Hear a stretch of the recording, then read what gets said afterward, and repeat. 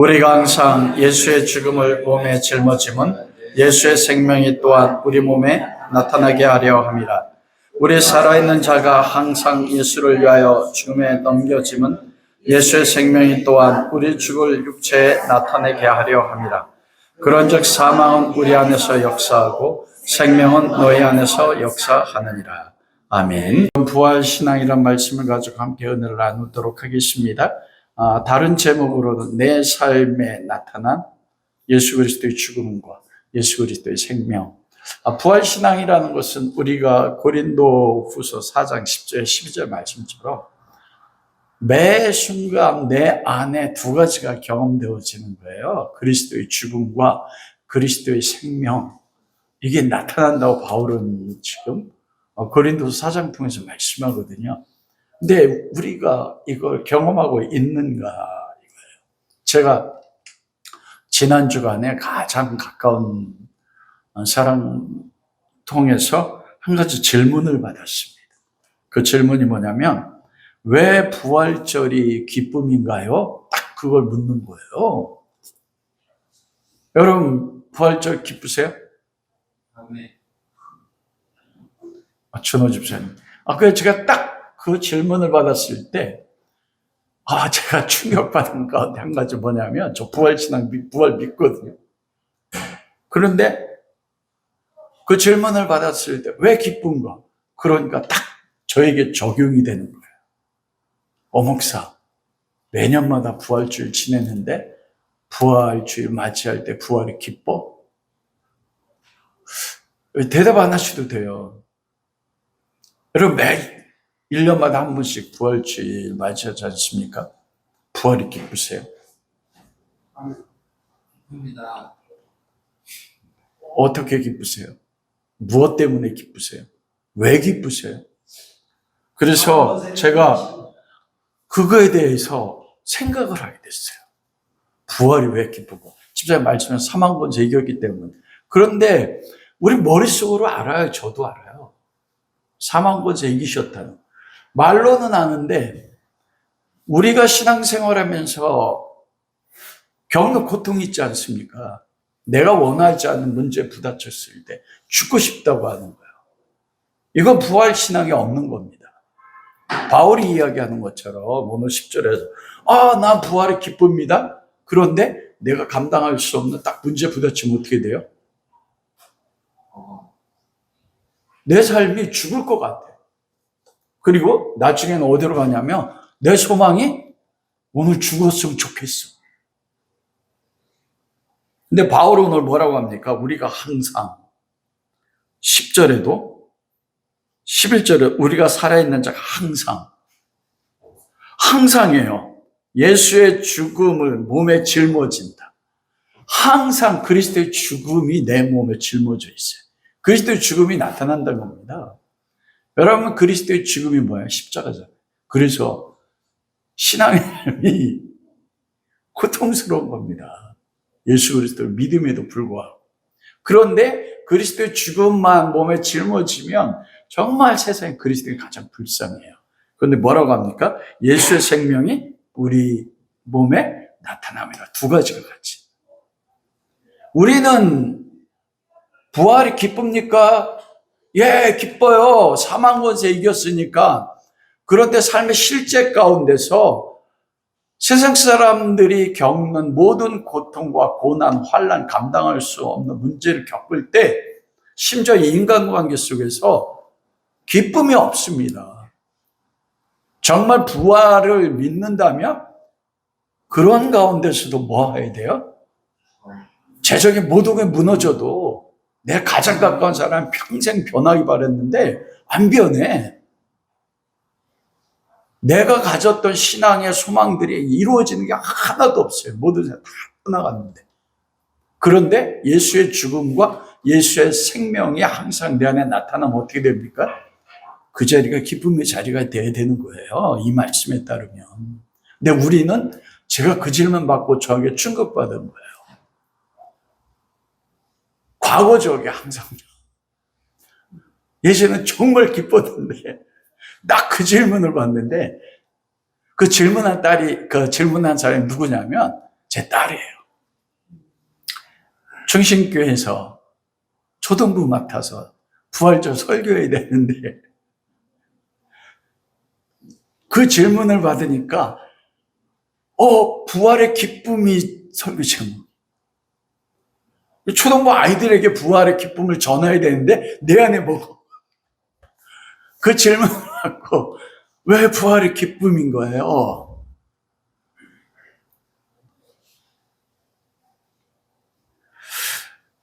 여러분 고린도전서 15장 6절에 보면 예수 그리스도가 부활을 본 사람이 500명이라고 했습니다. 그리고 야고보에 나타나고 제자들에 나타나고 야고보에 나타나고 마지막에는 만삭되지 못한 자기에게도 나타났대요. 그 승천을 받습니다.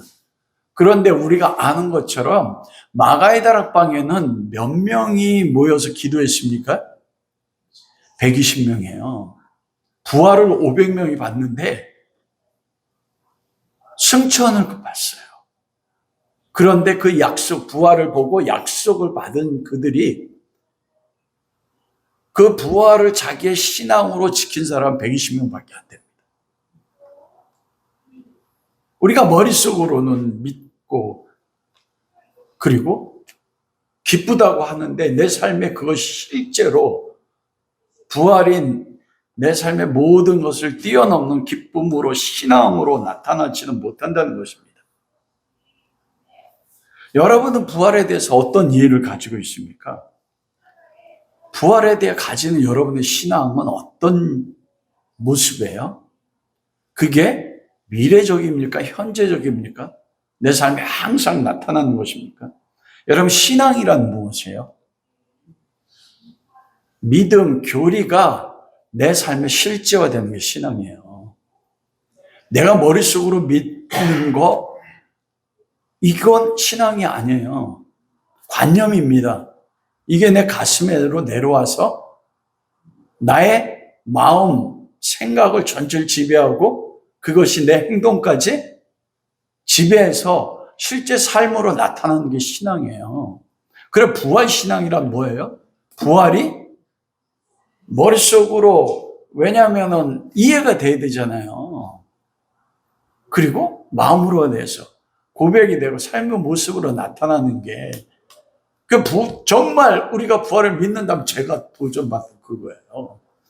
저도 감당할 수 없는 많은 문제가 있는데 이 짐 때문에 매일 주님 앞에서 기도할 때마다 그런데 그게 없었던 거예요. 내 자신 속에. 잃어버린 게 뭔지. 그러면 부활신앙이란 뭔가 그걸 내 삶에 적용하면 부활의 진리가 첫 번째 아닙니까? 예수 그리스도의 십자가의 죽으심과 그리스도가 안식 후 첫날 새벽에 부활했다는 그 진리가 우리에게 어떤 의미를 갖는가요? 여러분 첫째는 부활은 구원의 완성이며 구원의 열매입니다. 여러분 성경을 여러분이 구약과 신약을 딱 한마디로 요약해 보세요. 뭐라고 요약할 수 있습니까?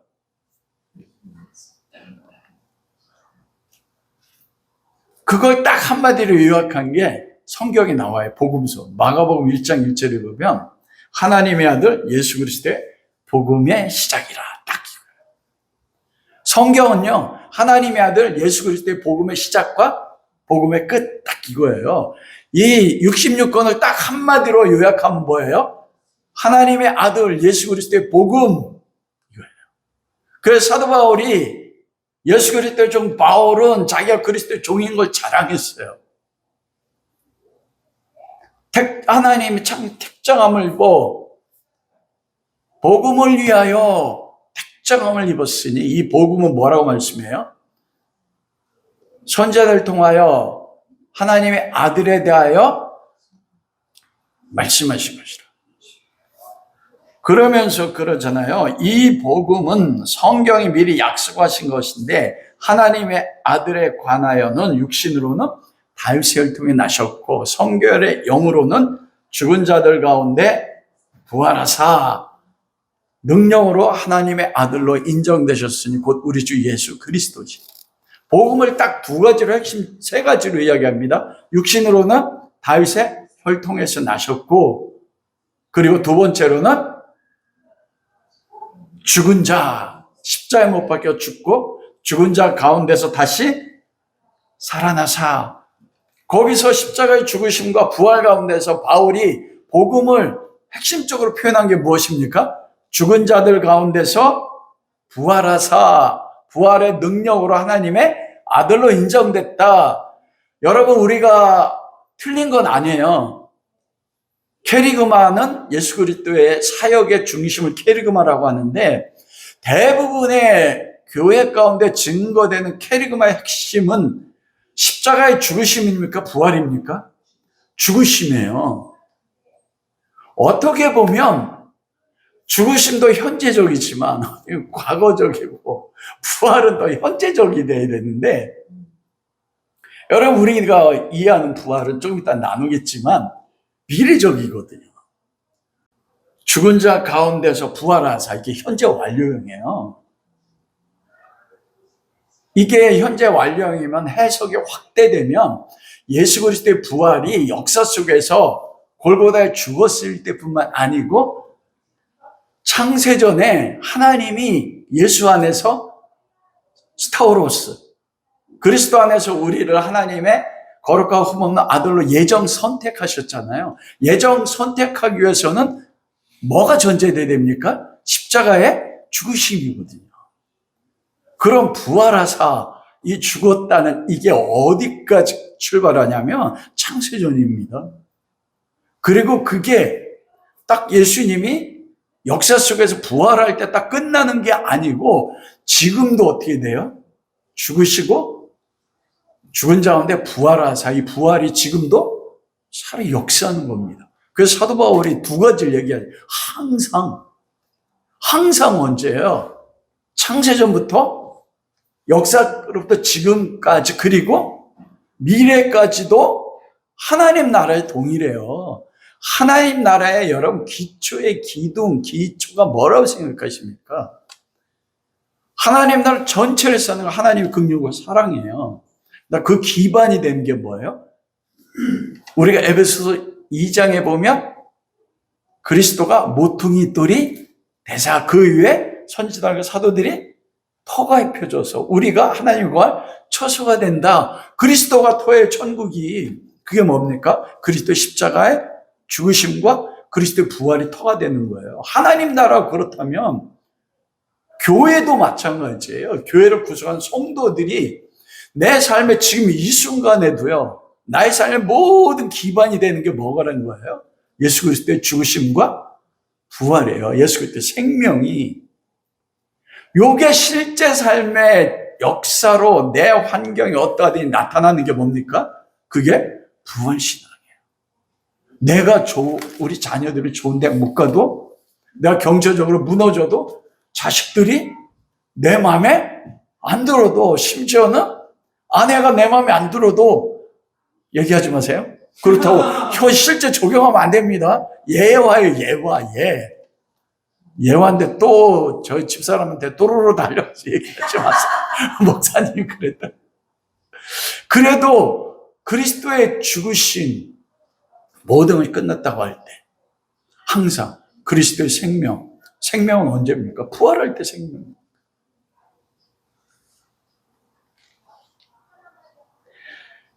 만일 여러분 생각해 보십시오. 이 복음 안에서, 구원에서 예수 그리스도의 십자가의 죽으심만 있다면 우리는 대부분 모든 신앙이 여기서 멈춰요. 왜 우리가 부활의 기쁨이 없냐면 이 부활이 실제로 내 삶에 현실에 적용이 안 됩니다. 조금 이따 나누겠지만 부활 신앙에 우리 개혁교인들이 가지고 있는 부활 신앙 항상 미래적이에요. 대부분 미래적입니다. 여러분, 우리에게 그리스도의 부활이 없다면 어떻게 됩니까? 그러면 여러분, 고린도전서 15장이 부활장 아닙니까? 15장 17절에 보면 그렇게 말씀해요. 그리스도께서 다시 살아난 일이 없으면 너희의 믿음도 헛되고 너희가 여전히 죄 가운데 있을 것이다. 여러분, 제가 부활은 구원의 완성이고 열매라고 했잖아요. 그리스도가 다시 부활하는 것이 없었다면 너의 믿음, 우리가 믿는 이 모든 믿음이 헛거예요. 그리고 뭐라고 이야기해요? 우리가 지금도 죄 가운데 있어요. 또 말씀하는 거예요. 그리고 심지어 18절에 또한 그리스도 안에 잠자는 자들도 다 망하였으리라. 그리스도 안에 잠자는 자들이 누굽니까? 창세기에부터 시작되는 아담, 그리고 그 위대한 노아, 에녹, 죽음을 보지 않은 히브리서 11장에 나온 모든 믿음의 용사, 아브라함과 이삭과 야곱과 우리가 그렇게 좋아하는 다윗까지. 여러분, 그리스도의 부활이 없다면 그들은 다 망한 거예요. 다른 말로 이야기하면 그들이 천국이 없어요. 부활이 없으면 천국이 없습니다, 여러분. 부활이 그리스도의 십자가의 구원을 완성하고 그리스도의 십자가의 죽으심의 가장 탐스럽고 아름다운 열매가 뭐예요? 부활입니다. 이거 뭐야? 그래서 사도 바울이 고린도전서 15장 19절에서 만약 그리스도 안에 우리가 바라는 다만 이 세상 삶뿐이면, 이 땅의 삶이고 부활이 없다면 뭐라고 이야기해요? 모든 사람 가운데 우리가 더욱 불쌍한 자예요. 우리가 지금 행하는 모든 것이 헛것입니다. 여러분이 믿는다고 하는 것도 헛거예요. 부활이 없다면. 왜냐하면 천국은 그리스도의 십자가의 죽으심과 그리스도의 부활 위에 하나님의 사랑으로 세워진 게 천국입니다. 지금의 우리의 삶도 마찬가지예요. 여러분, 그럼 왜 바울이 그렇게 이야기할까요? 그리스도의 부활이 없다면 그리스도의 죽으심도 아무런 의미가 없대. 왜 그렇습니까? 예수 그리스도의 죽으심은 대속의 죽으신 화목제물로 우리의 죄를 담당하셔서 우리 죄로 인해서 하나님과 우리의 관계가 단절되었을 때 예수님이 우리의 죄를 담당하시고 죄값은 사망이라 죄를 대신해 죽으심으로 하나님과 우리를 화목하게 하신 거거든요. 그런데 죽기만 했어. 화목이 이루어지냐 이거예요. 아닙니다. 만약 부활이 없다면 어떻게 돼요? 죄값은 사망이야. 예수님이 2000년 죽으셨는데 지금도 부활을 못했어요. 내 죄를 가지고 죽었어. 그럼 죄값이 어떻게 돼요? 내 죄를 담당하고 대신 죽었는데 그럼 죄값 없어졌다고 우리 믿잖아요. 아니요. 죄값 없어지지 않았어요. 바울이 그러잖아요. 17절에 여전히 죄 가운데 있다. 왜? 예수님이 내 죄를 담당하고 죄값은 사망으로 죽었는데 왜 죄가 그대로 있어요? 왜 그렇습니까? 마귀 사단은 죄를 통하여 사망으로 우리를 지배합니다. 그 예수님 사망 가운데 있다는 거 뭐예요? 우리가 죄 가운데 있는 거예요. 죄 지배에 따라서 우리가 사망의 지배 가운데. 이건 뭐냐면 죄가 사함받지 못한 겁니다. 예수님의 십자가의 죽으심만 있다면 우리의 신앙의 가장 큰 고통이 이것 가운데 있어요. 항상 그리스도의 십자가의 죽으신 가운데 이게 부활까지 나가야 되거든요. 부활의 신앙. 부활 안식구 첫째 날 주님이 사망을 깨뜨리고 나타난 것처럼 우리도 그 사망을 깨뜨리고 매 삶에 항상 예수의 생명이 나타나야 돼. 항상 우리는 어디까지? 예수의 죽음, 죄질 때마다 죽음, 회개까지. 예수의 생명이 나타나는 데까지. 여기서 말하. 부활의 생명이요. 여러분, 부활하심으로 사단이 죄를 통하여 사망을 역사하잖아요. 원시복음이 첫째가 어디입니까? 창세기 3장 15절. 여자의 후손은 내 후손의 머리를 상하게 할 것이요. 내 후손은 여자의 후손의 발꿈치를 상하게. 머리는 권세지 않습니까? 사단이 가진 권세가 뭐예요? 죄로 사망의 권세예요. 근데 예수님께서 십자가에 죽으셨으므로 그 머리를 깨트렸냐? 아니요. 십자가에 죽으셨다는 건 뭐예요? 사단의 죄를 통한 사망의 권세로 들어간 거잖아요. 권세로 들어간 거예요. 그 권세 주인 붙잡혀 있는 거예요. 왜냐하면 죄잖아요. 죄인. 부활이 안 되면 이게 안 깨진 거예요. 다 그런데 예수님이 죽으심으로 죄가 깨졌다고 믿어? 아니요. 성경 그렇게 말씀하지 않습니다. 죄 사망이라면 마귀가 예수님의 덧입혀진 모든 인간의 죄를 통하여 사망의 권세로 지금 예수님이 죽은 가운데 있다면 예수 그리스도를 사망의 종으로 붙잡고 있는 거예요. 그럼 어떻게 됩니까? 우리가 아무리 믿어도 우리는 어떻게 돼요? 그리스도의 사망에 매여 있는 거예요. 그래서 사망을 깨뜨려야 된단 말이에요. 그래서 뭐 어떻게 해요? 부활하심으로 어떻게 돼요? 사망이 깨짐으로 사단의 머리가 깨진 거예요. 사단은 죄를 통하여. 그래서 예수님이 십자가에 다 이루었다 하신 게 부활까지 가서. 쉬운 예로 하면 제가 운전하다가 불법 하다가 그 어린이 보호구역에서 잘못 팍 아이를 쳤어. 요즘 그 교통법고 어린이 보호구역에서 치면 무조건 뭐예요? 이거 형사법이야. 이건 아무도 잘 없어. 그래서 제가 1년 실제 형을 받았어. 그 1년 동안 감옥에 있어. 그럼 뭐예요, 저는? 죄인이에요. 판사가 길티. 오한영 목사님.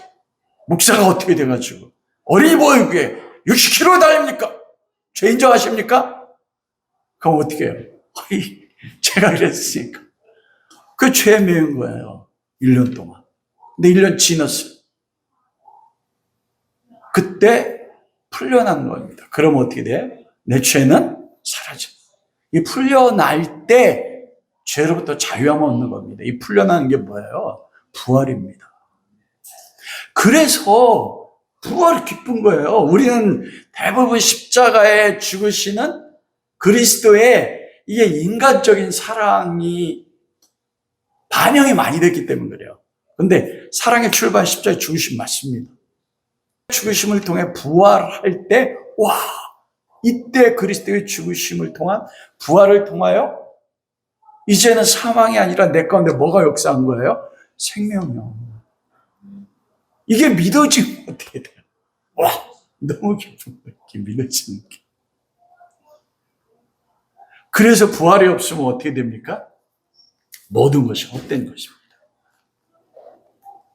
그래서 부활이 기쁜 거예요. 구원이 완성이니까.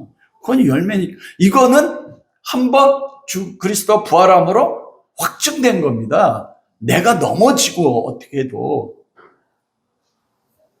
그러면 이 부활의 진리가 우리 가운데 부활 신앙으로 나타나는 첫 번째 부활의 신앙이 두 가지 형태로 나타납니다. 첫 번째 미래적 부활 신앙과 현재적 부활 신앙이에요. 그 미래적 부활 신앙이 무엇입니까? 우리가 모든 사람 대부분 붙잡고 있는 예수 그리스도 재림 때 그리스도와 같은 부활의 몸으로 변화되는 이 부활의 신앙입니다. 대부분의 성도들은 이 미래적 부활 신앙 가운데 있어요. 그렇잖아요? 부활 믿습니다. 그럼 어떻게 믿어요? 와, 주께서 호령과 천사장의 소리와 나팔소리를 강림하실 때, 그때는 어느 때예요? 어느 때인지 몰라. 미래적 사건이야. 그때 되면 변화돼서 그때 살아있으면 내가 공중에 끌어올려 그리스도와 같은 부활의 몸으로 공중의 주를 영접하고 새 이루어서 임해서 영원히 사는, 우리가 가진 대부분의 부활 신앙이 이거 아닙니까? 이 미래적 부활 신앙이에요. 그러다 보니까 이게 살아갈 소망이 때는 돼요. 죽으면 부딪혔을 때나. 그런데 이게 삶에 실제로 와닿기는 어렵습니다. 왜 그렇습니까? 우리가 가진 기본적인 전제가 현재가 아니에요. 언제예요? 언제 올지도 몰라. 놀랍게도 사도 바울도 뭐라고 했어요? 종말이 아니, 사도 바울 때도요, 초대교회 때도 뭐라고 가르쳤어요? 종말이 가까웠다 하면서 몇 년을 했어요? 2000년을 했어. 그러다 보니까, 와, 예수님의 미래적 부활, 언제 주의 호령과 나팔 소리라 천사장의 소리로, 예수님 언제 부활하지? 내 부활 신앙은 미래적으로 맞춰져 있는데, 그때 예수님처럼 부활하게 되면 시간과 공간을 초월하잖아요. 벽을 뚫고 나타나셨으니까. 그게 때로 우리에게 힘이 되지만 현재 삶에 실제화되지는 않는다는 거예요.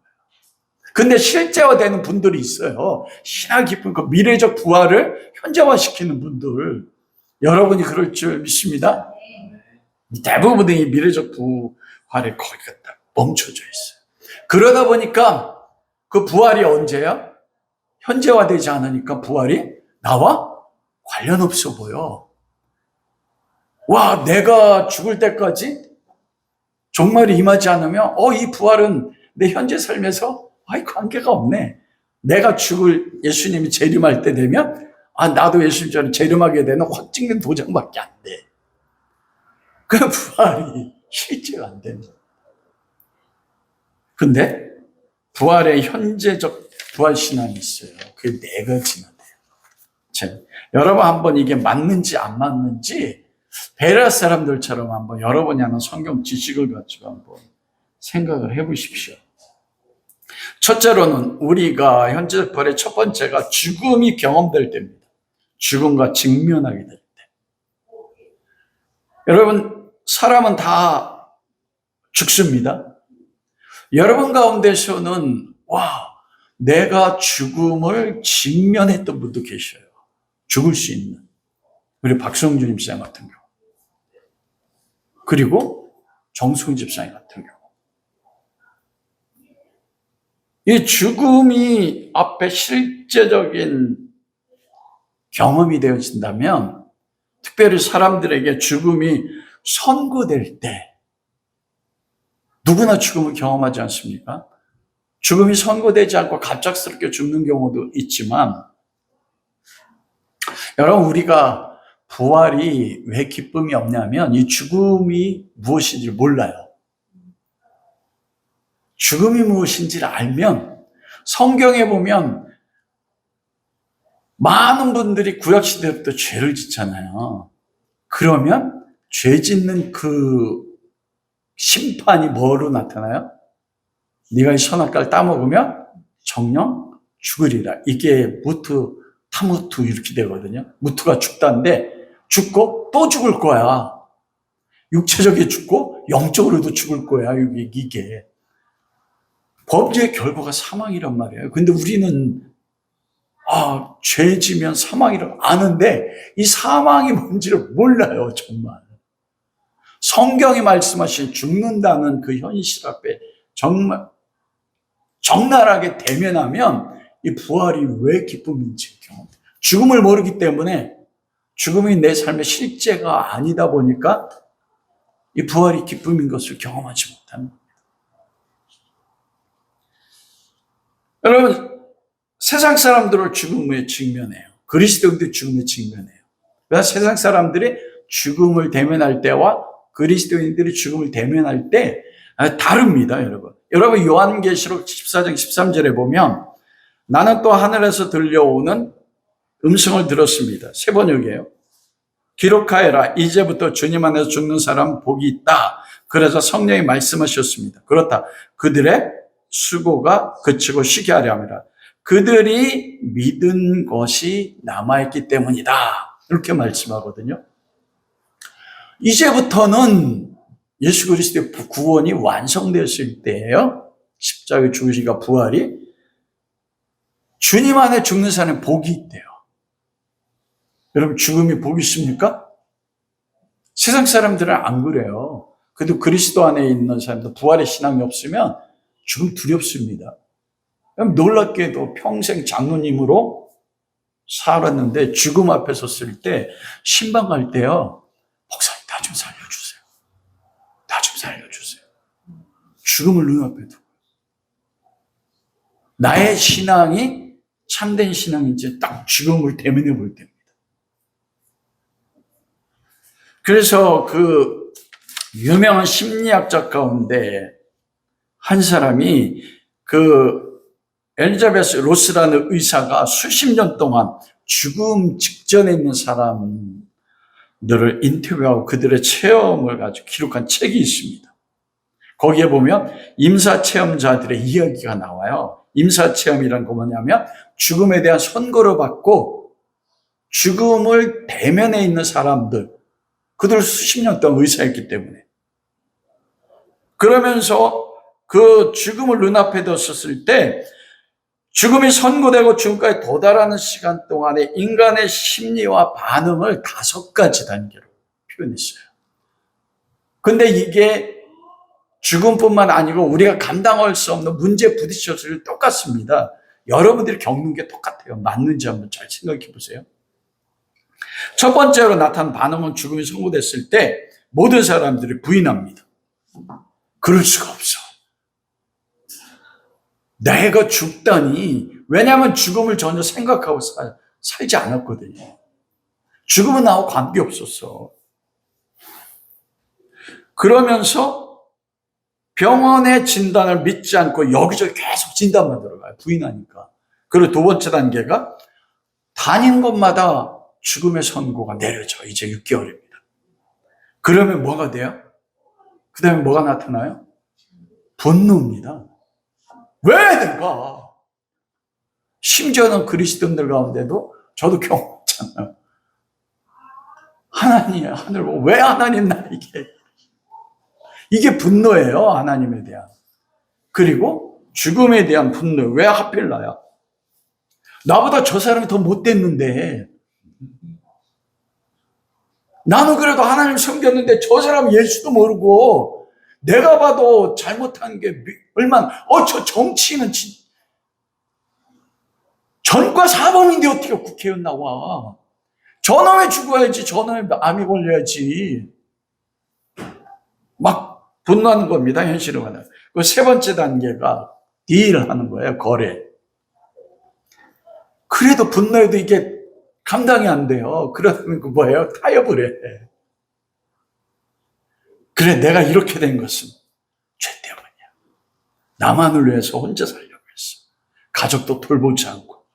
그러니까 선행을 하고 가족에게 애를 쓰고 있는 것도 나눠주려고 해요.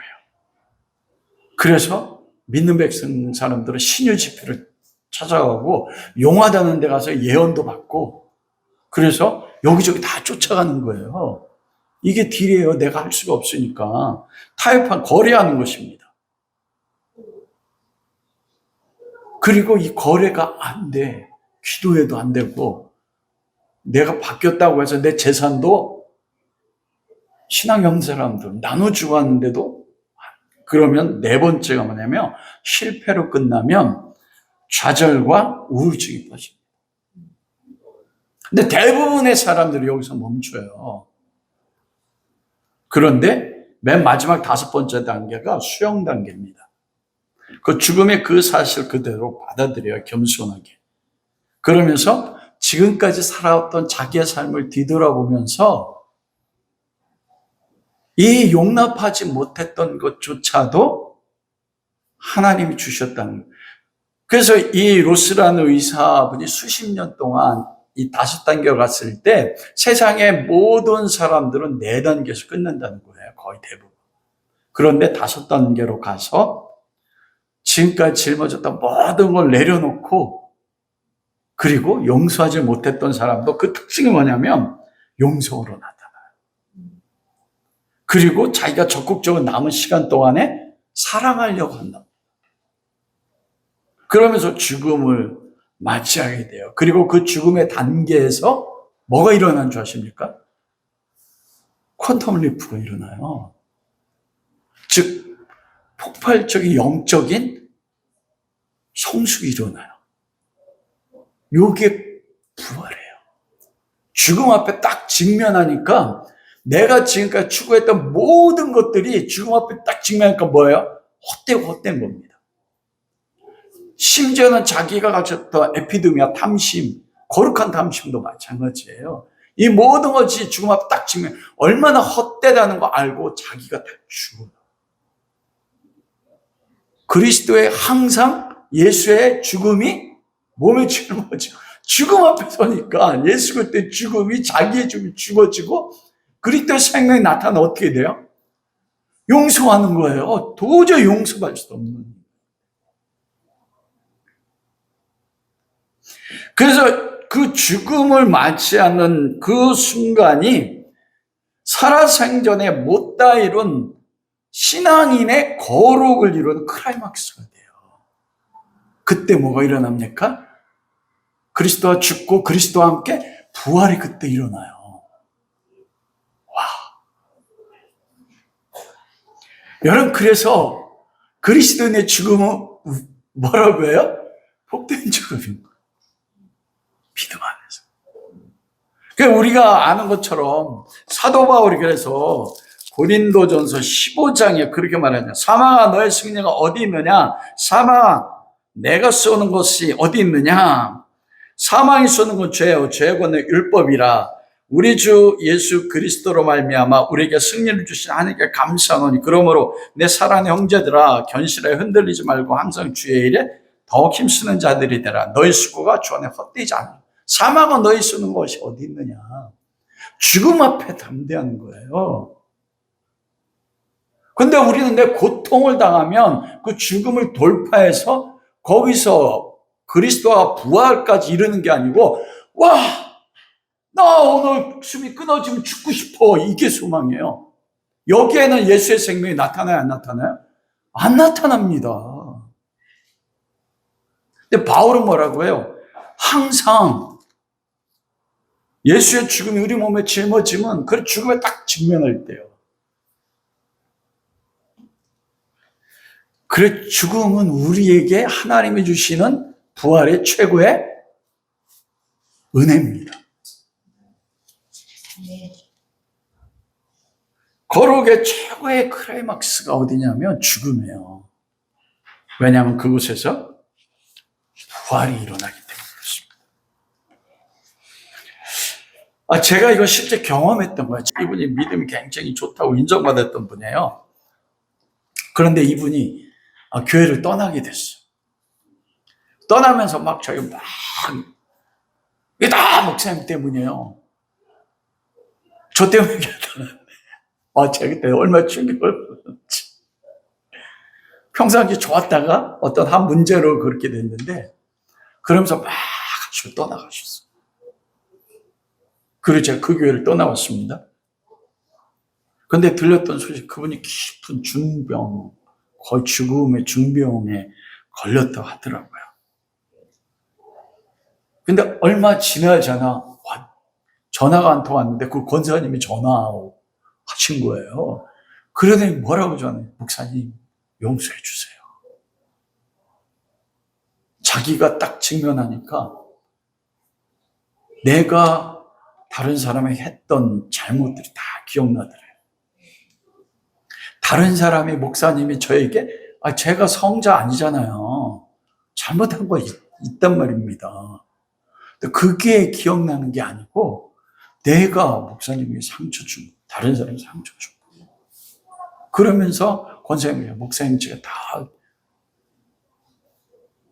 제가 죄졌다고 생각한 사람, 사람들이 나의 상처 입었다는 사람들 내가 상처 입혔더라고요.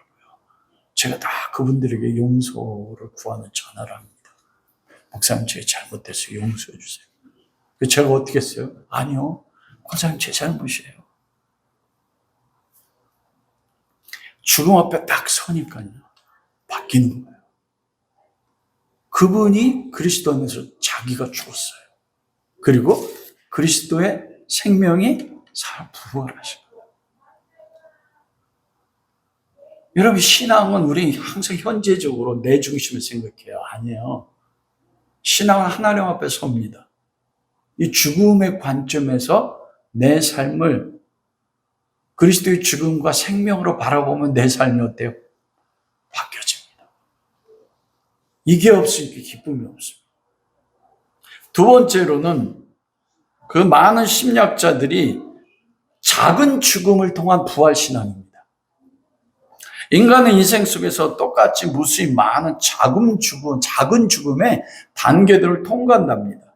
우리의 삶에 닥쳐오는 작은 아픔들, 고난들, 핍박들, 그리고 내가 그리스도를 믿음에도 불구하고 끊임없이 내 안에서 변화되지 않는 죄된 속성들, 그래서 내가 그리스도를 믿는 말씀에 따라서 선을 행하려고 하나 내 안에 죄의 본성이 나를 죄악으로 이끌어가서 매번 넘어짐으로 고백되어지는 우월한 곤고한 자로다. 이 사망의 몸을 겪는 작은 죽음을 경험한다는 겁니다. 여러분 그렇지 않습니까? 여러분이 감당할 수 없는 고통들이요, 고난들이요, 인간관계 깨짐이라든지. 그런데 여기도 동일하게 5단계를 거친대요. 여러분이 지금 이런 작은 죽음을 단계 부딪힐 수 있어요. 내 사랑하는 사람이 그렇게 기도했는데 변화되지 않는 거.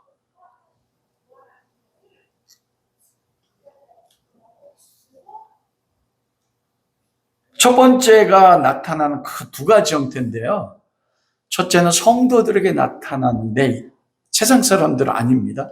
이건 뭐냐면 성도의 성숙을 위해서 죄가 드러나게 하고 죄에 우리를 넘겨줘요.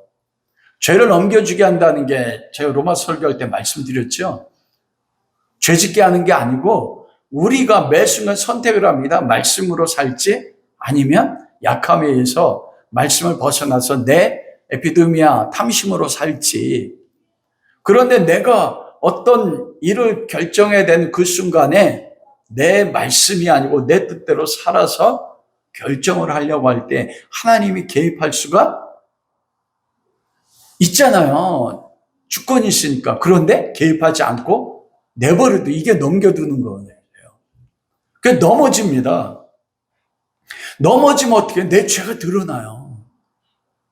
그런데 이 죄가 드러날 때 나만 고통 겪으면 되는데 이게 공개가 돼요.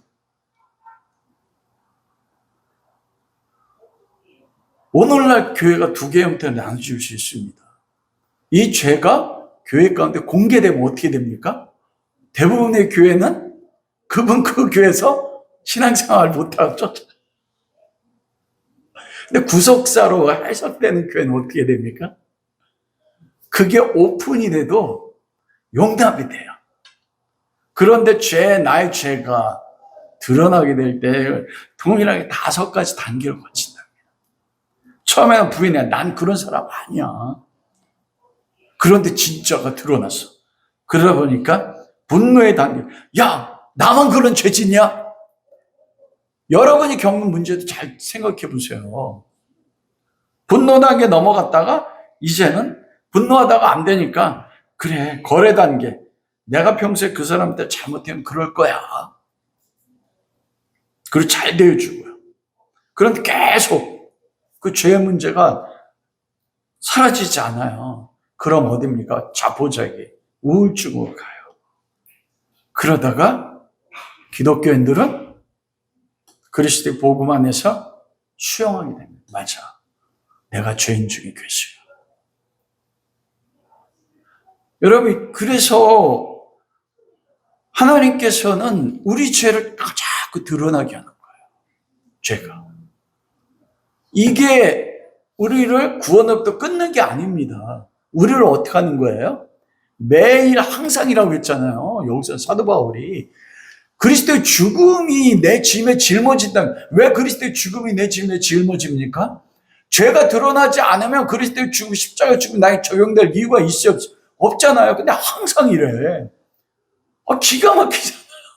항상 내가 죄에 넘어져서 내 죄가 짓는데 개인적인 죄는 숨겨지지만 드러나는 죄가 있지 않습니까?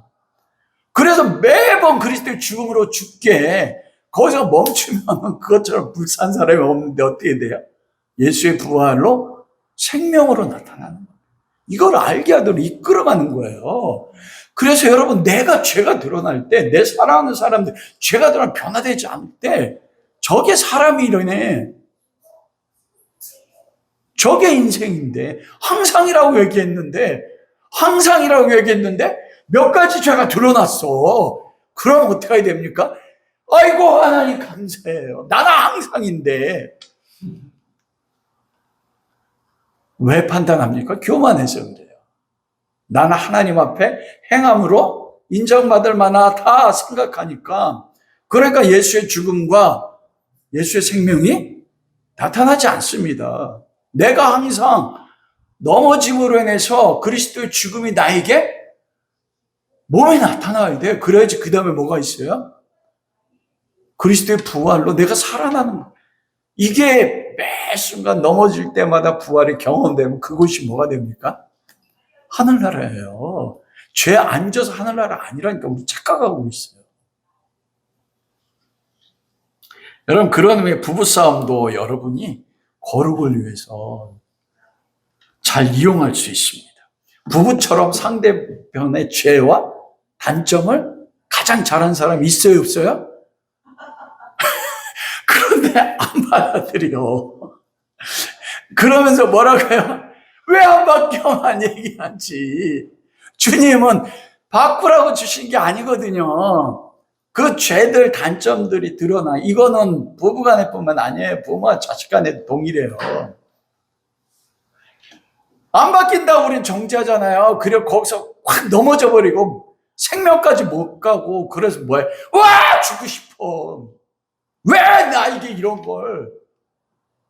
이거는 제가 하나님밖에 안 게 아닙니다. 오해하지 마세요. 그런데 항상 예수의 죽음이 늘 짊어짐이라고 했잖아요. 이게 우리예요. 이게 우리 부모님이고 이게 우리 자녀들이에요.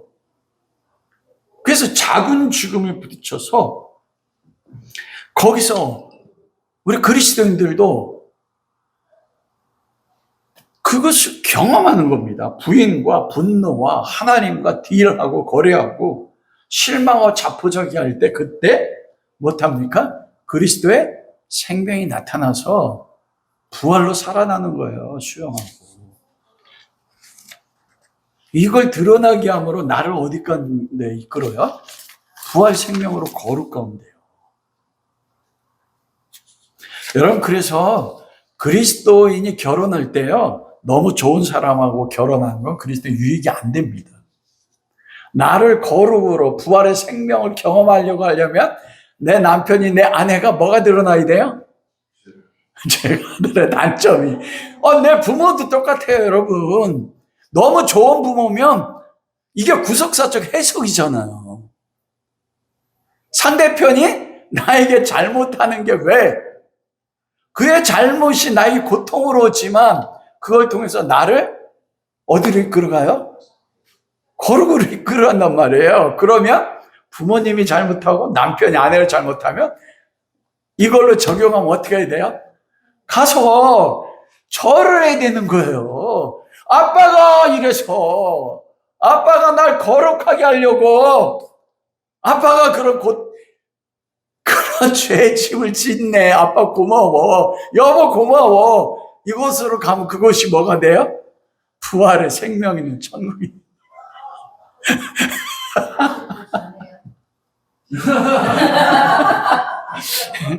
사무엘 세이한테는 하나님 사랑하셔서 잠을 주시네.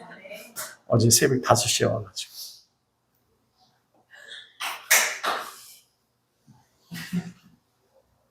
두 번째로는 우리 삶에 일어나는 죄는 아니지만 우리가 도저히 감당할 수 없는 고통과 고난입니다. 이건 각 사람에 따라 달라요. 아니면 남편, 아내의 문제, 자녀의 문제, 주변 사람 병들었던 사업이 망해서 재정이 무너졌던지, 내 힘으로 해볼 수 없는 그 어떤 고난과 절망에 부딪혔을 때 내가 아무것도 할 수 없다는 것 때문에 고통을 느낍니다. 그런데 여러분, 중요한 것은 그런 무기력감의 대부분 고통은 어디로부터 오냐면 교만으로부터 옵니다. 왜냐하면 내가 판단하는 위치에 간 경우가 많거든요. 그걸 어떻게 적용하면 말씀에 이렇게 돼 있는데 부모와 자식 가운데 많아요. 남편과 아내 가운데 많아요. 성경에 뭐라고 돼 있어요?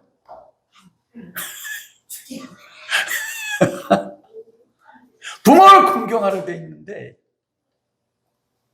근데 율법은 사람을 바꿔요? 절대 못 바꿉니다.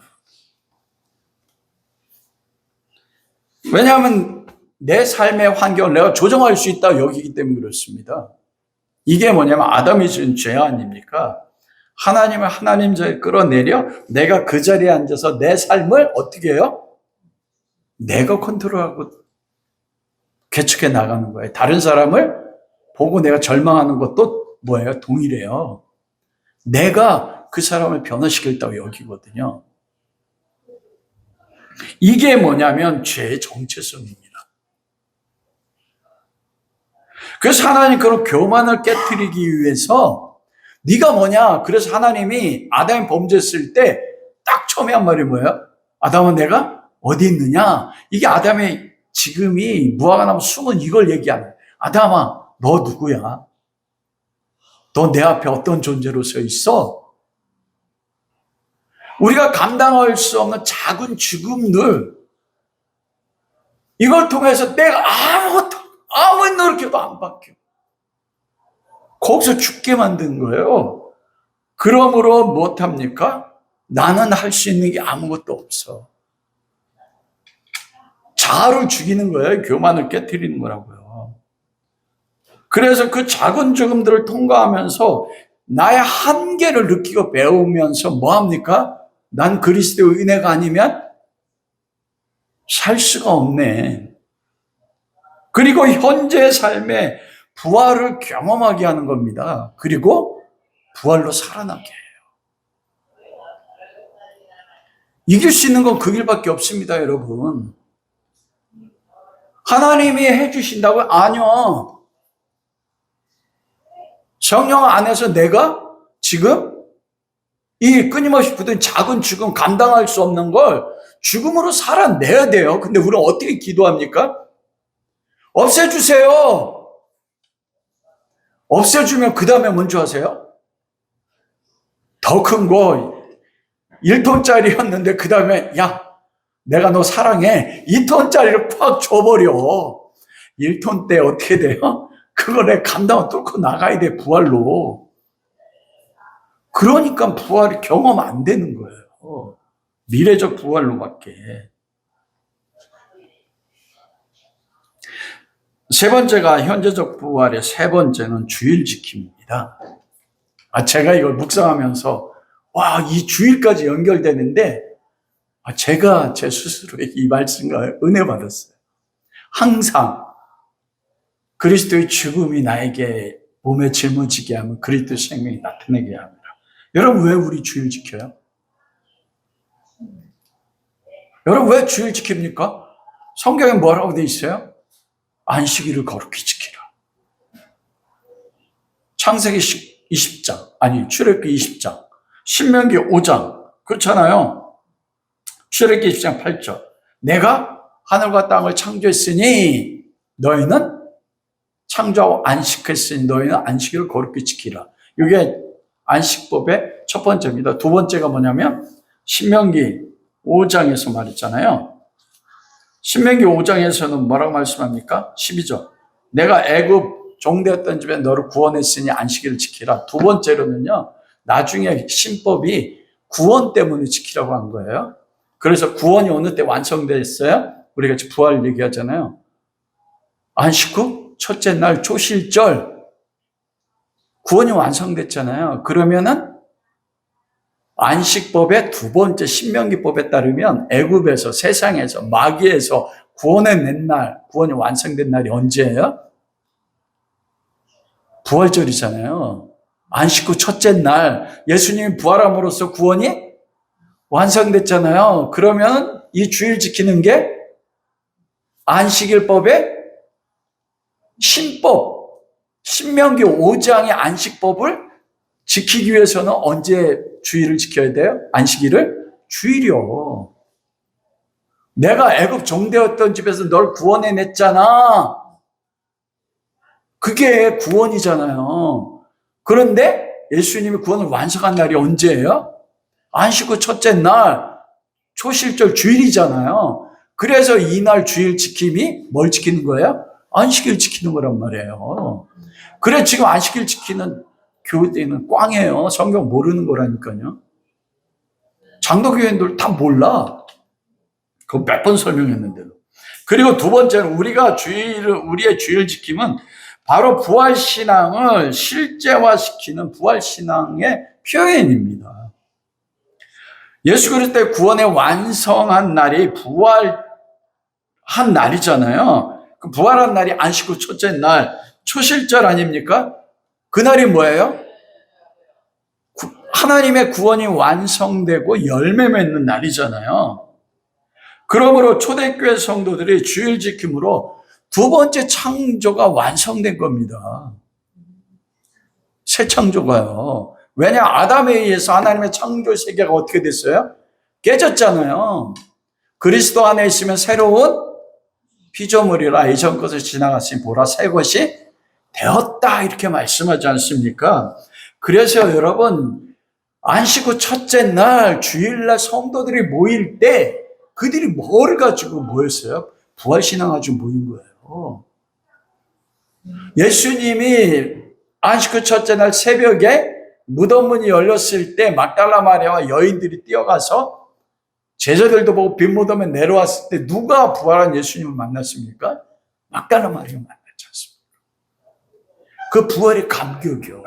그게 성령이 오시고 나서 부활의 의미가 무엇인지 알고 그들이 언제 모였습니까? 안식 후 첫날 모일 때 뭐라고 모였을까요? 예수님의 부활 축하합니다. 예수님 부활하셨습니다. 주일날 그렇게 모였다니까요.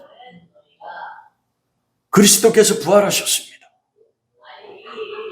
그리고 예수의 죽음이 내 몸에 나타난다고 했죠. 일주일 내내 넘어지고 쓰러지고 그 죄의 모든 짐이 나에게 담겨져 있는데 주일날 딱 모이면 어떻게 돼요? 예수님이 어둠을 뚫고 광명한 새벽날 사망하께서 부활하셨을 때 그때 어떻게 됩니까? 내가 그리스도와 함께 모든 죄는 죽고 그리스도 안에서 생명으로 살아난 날이 주일이에요. 그게 딱 적용되니까 예배 드릴 때마다 어떡합니까? 나 살았어. 부활이 지금 현재 내 삶에 주일날 적용된 주일 예배 드리는 게 기쁨이 없어 사람들이. 왜냐 부활신앙으로 주일 예배를 지키지 않거든요.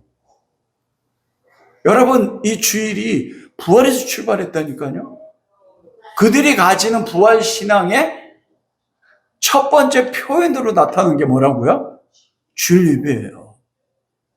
와, 일주일날 감당할 수 없던 모든 것들이 딱 주일날 새벽 예수님이 어둠을 뚫고 무덤을 뚫고 깨뜨리셨어. 생명으로 살아. 내가 그리스도 안에 죽고 그리스도 안에 내가 있어요. 그러면 예배 드릴 때마다 그게 어떻게 돼요? 확증되는 겁니다. 확증되면 그 믿음으로 인하여 어떻게 돼요? 내 안에 감사의 찬이 나오는 거예요. 그래서 주일이 그들이 왜 만나길 기뻐했습니까? 서로 고백하는 거예요. 예수님 부활했습니다. 내가 일주일 동안 이런 삶을 살았는데 주님의 부활로 인해서 내가 그 죄된 죽고 지금 그리스도 안에 내가 살았습니다. 성도님 사랑해요. 그 이 사람의 죄를 고백하면 어떻게 돼요? 와 이거 나보다 조금 재직이 좀 약하네. 나 이럴 때 졌어요. 그래도 어떻게 돼요? 용납이 되는 겁니다. 그때가 왜냐하면 죽었다 살아나는 생명의 순간이거든요. 주일이. 그러니까 모이고 싶어요. 예배 드리고 싶고. 근데 우리는 주일 성수가 뭐예요? 아고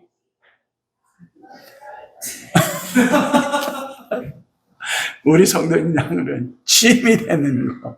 왜 또 주일날 나가? 하루 안 쉬면 안 돼? 주일 안 지켜도 구원받잖아. 맞아. 부활의 기쁨이 없어요. 찾지를 못해요. 그 네 번째는 뭐냐면 매일매일 부활의 삶입니다.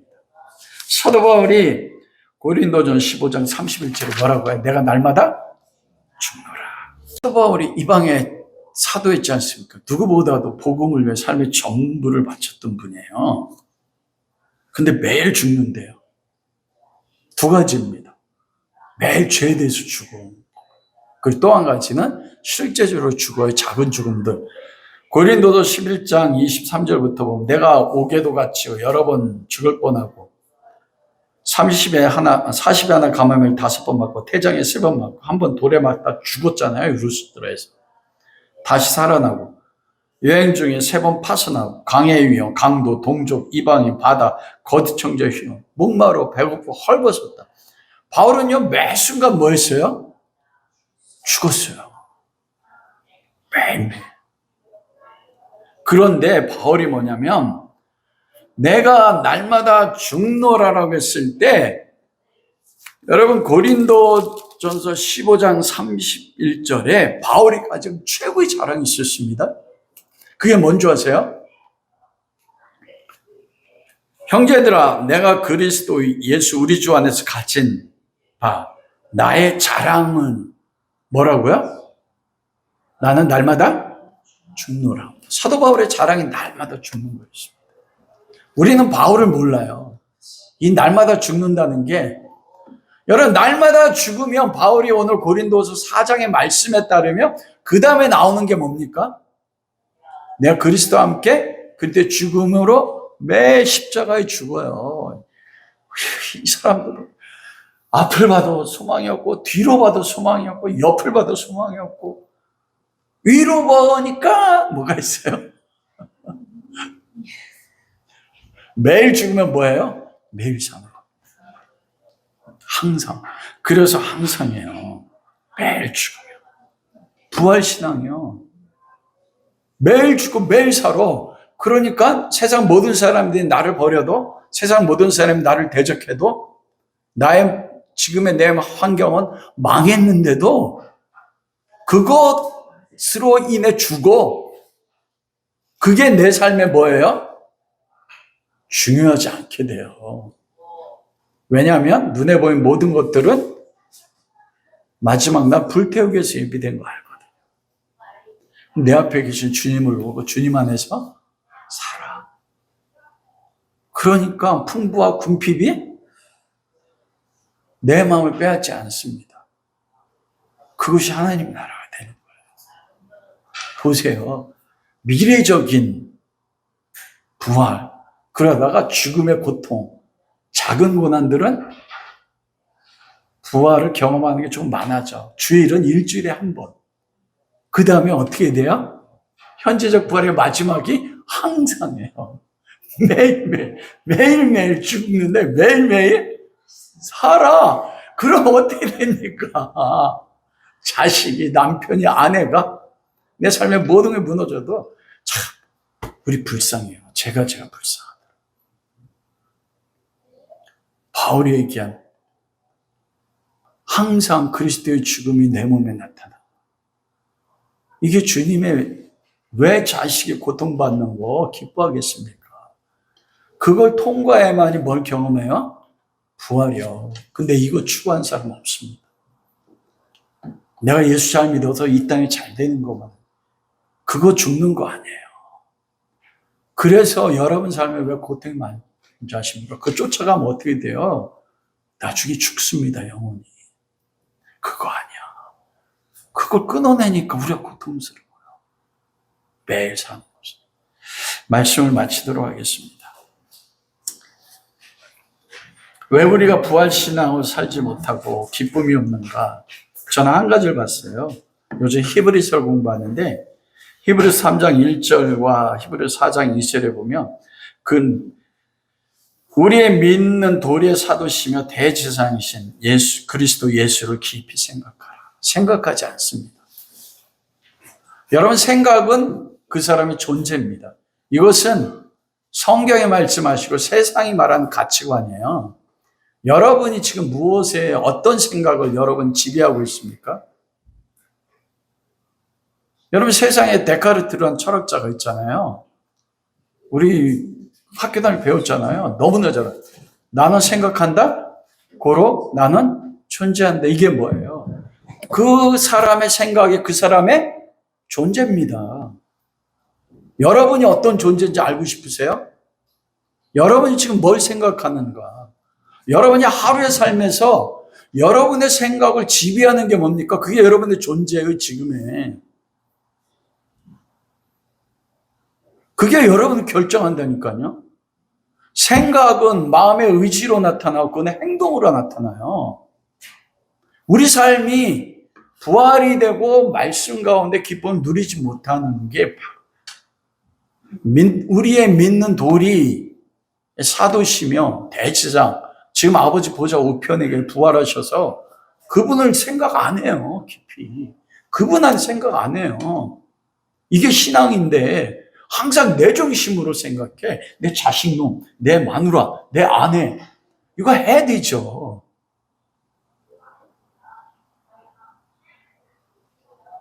그리고 복음을 들으나 그것과 믿음과 결부시키지 못합니다. 잠언서 4장 23절에 모든 지킬 만한 것 중에 더욱 내 마음을 지키라. 생명의 근원이 이에서 남이라. 여러분, 생명이 어디서 납니까? 요한복음 1장 4절에 말씀 안에 생명이 있으니 이 생명은 사람들의 빛이라. 이 생명이 뭐예요? 말씀이요. 말씀이신 그리스도. 그런데 기록된 말씀이요. 기록된 말씀으로 내 마음을 끊임없이 생각하고 지키는 거예요. 그때 부활이 성경에 가르친 진리가 우리 삶을 주관에 이끌어 나간 겁니다. 여러분, 그리스도 예수를 깊이 생각하십시오. 믿음과 여러분이 결부시켜야 돼요. 그게 생각하는 거예요. 여러분이 지금 예배 드릴 때도 전 몰라요. 근데 하나님 아세요. 설교 들으면서도 내 생각은 온통 딴 곳에 가 있어. 내가 가지는 나의 삶의 중심이. 그게 그 사람입니다. 바꾸십시오. 내 힘으로 안 되면 주님 바꿔주세요. 부활이 여러분의 삶의 신앙이 될 수 있는 은혜가 함께 할 수 있기를 주님의 이름으로 축원합니다.